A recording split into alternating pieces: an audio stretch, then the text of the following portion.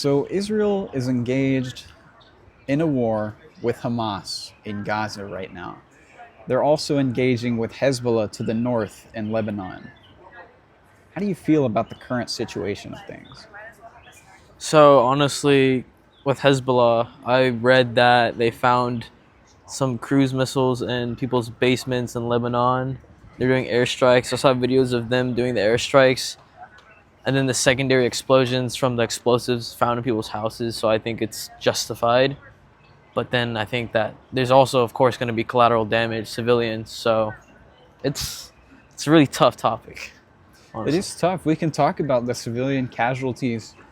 One of the largest cries from uh, you could say NGOs, like just humanitarian organizations, is the civilian death toll in Gaza. Yeah. The massive amount of destruction that's happened because of this war. How do you think Israel should have responded to October 7th? And do you think they've done a good job of carrying out this war? How do you think? Honestly, with Israel, I think that was a response everyone is pretty much expecting from them. You don't mess with Israel. You see the airstrikes all over the news, stuff like that. And I've heard that before the airstrikes, they'd like try and announce it to the general population in the area that they're going to airstrike to minimize the casualties. I don't know if it's true or not because there's still people getting killed by those airstrikes. But I don't think there's any other response they could have done. I mean, they have boots on the ground there, airstrikes, so I think the United States would have probably done the same thing if that happened to us. That's an interesting parallel because a lot of people have compared this current situation to Israel's 9/11, Yeah. if you will. Do you see any parallels there? So how many people were killed in October 7th, like Israeli-wise? Could say I think it was the estimates range from about 1,200 to 1,500 Okay. ish. That's the general consensus. In 9/11, we had about how many? It's like 3,000. Israel has a much smaller population Yeah, so as well. that's I think it would be their level of Just a 9/11. very traumatic singular event that Yeah. spurred on a war. No, and with social media nowadays, you can find like GoPro videos of the militants going in yeah, and it's just horrible, I've yeah. seen the body cam footage of them just massacring people. It's honestly like really disturbing. Yeah, it's crazy. We can talk about some of that military action, specifically the United States supplying weapons to Israel. So the United States has given upwards of $26 billion in weapons and military aid to Ukraine since October 7th. What do you think about this money and weapons that are coming in? Yeah, so with the whole Ukraine war, I've been following it pretty much since the whole thing kicked off. So I follow a bunch of like Ukrainian defense Instagram things, and then like not like mainstream media ones, but like first person like soldiers in Ukraine, like GoPro videos and all that. I think the aid is really needed, honestly. In Ukraine? Yeah, and oh, we're talking about Israel or Ukraine? Oh, Israel. Oh, Excuse Israel. me, what did I say? You said Ukraine. Oh, my bad. In Israel. Yeah, Israel. $26 billion of aid upwards of in Israel. Excuse me. Yeah, I think it's needed because they're basically surrounded by a bunch of countries that want them like off the face of this earth. And with the whole Iron Dome defense, I think didn't we help fund that too? Yes. Yeah, so that it's needed. It really is needed for that. Who do you think Israel's biggest enemies are? Enemies. I'd probably say it would be Hezbollah, Iran.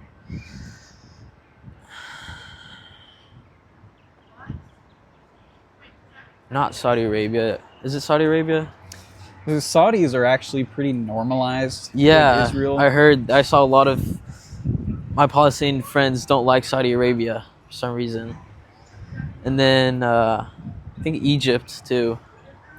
Or Egypt's been pretty chill with Yeah. Israel since Jimmy Carter passed the Camp David Accords. Right, I in forgot about 79. that. They haven't had a war since then. Yeah. They haven't really had any conflicts.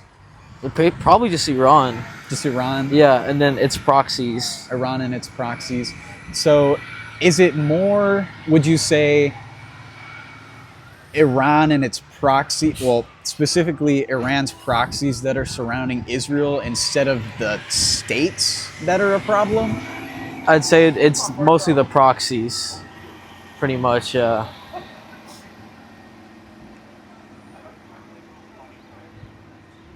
Sorry. I was just waiting for that trash Yeah, it's truck pretty to loud. drive by. It's cold out here. I It need is to just cold. back back up. Dang. I don't know how you're doing that. Where do you see this war going? Oh, did I knock? Where do I see this war going? That's a very good question that I think a lot of people don't have the answer to. I sure don't have the answer to that, but I think as long as it drags on, there's going to be casualties on both sides. And with election coming up, I think it's a very vital topic that's going to be talked about that voters will vote on. How do you think each candidate would handle this situation? The same way, honestly. Same way? Because Israel is supported by Democrats and Republicans equally. So, Why do you think that is? well, United States, we have a lot of Jewish people here, so there's both Democrat and Republican. So that's why. Are you familiar with APAC? No.